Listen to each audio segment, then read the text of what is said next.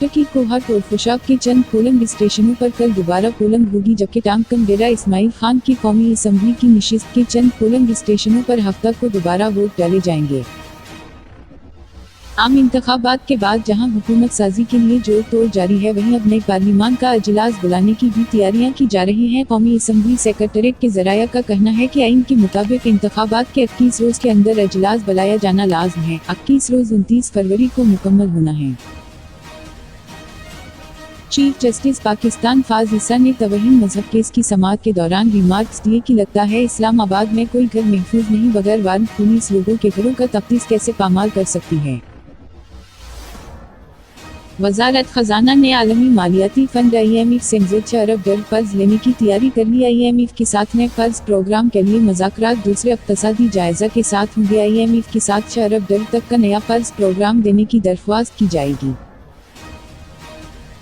America ने एक बार फिर पाकिस्तान में शिफाफ इंतखाबी अमल यकीनी बनाने पर जोर दिया है। व्हाइट हाउस की तर्जुमान कैरन जेन पियर ने कहा है कि निजी और अवामी सतह पर राबतों में पाकिस्तान हुकूमत और सियासतदानों को वाज़ कर चुके हैं कि अवामी ख्वाहिशात का एहतराम करें और इंतखाबी अमल में शिफाफियत को यकीनी बनाएं, जो बहुत अहम और ज़रूरी है।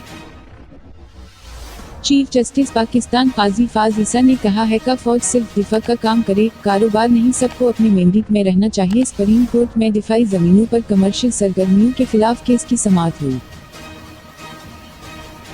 पंजाब असम्बली के मजीद 6 नौमंतख बाज़ाद अरकान मुस्लिम लीग नून में शामिल हुए। मुस्लिम लीग नून की चीफ आर्गनाज मरियम नवाज से मुलाकात में पंजाब असम्बली के 6 नौमंतख बाज़ाद अरकान ने पार्टी में शमूलियत का ऐलान किया।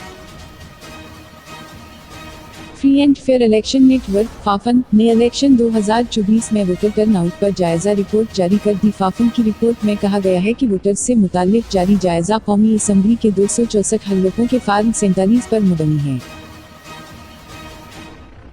पाकिस्तान तहरीक इंसाफ के रहनुमा शेर अफजल मरवत ने दिदवा किया है कि साबिक सदर आसिफ जरदारी कल रात PTI से राबता करने की कोशिश करते रहे। शेर अफजल मरवत ने मीडिया से गुफ्तगू करते हुए दिदवा किया कि आसिफ जरदारी कल रात 11 बजे तक मुझसे राबिते करते रहे। उन राबतों पर दस्तयाब क़यादत अलीमा खान, शहरयार आफरीदी, शानदाना गुलजार हमने बैठकर डिस्कशन की।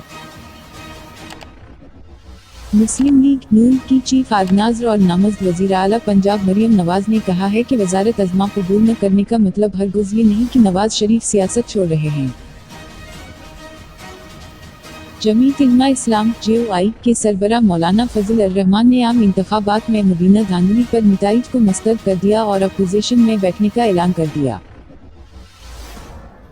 पीपल्स पार्टी का साबिक सदर आसिफ जरदारी से मुताल्लिक तहरीक इंसाफ के रहनुमा शेर अफजल के बयान पर रद्दअमल सामने आया है। शेर अफजल मरवत ने मीडिया से गुफ्तगू करते हुए दिदवा किया था कि आसिफ जरदारी कल रात 11 बजे तक मुझसे राबिते करते रहे। उन राबतों पर दस्तयाब क़यादत अलीमा खान, शहरयार आफरीदी, शानदाना गुलजार हमने बैठकर डिस्कशन की।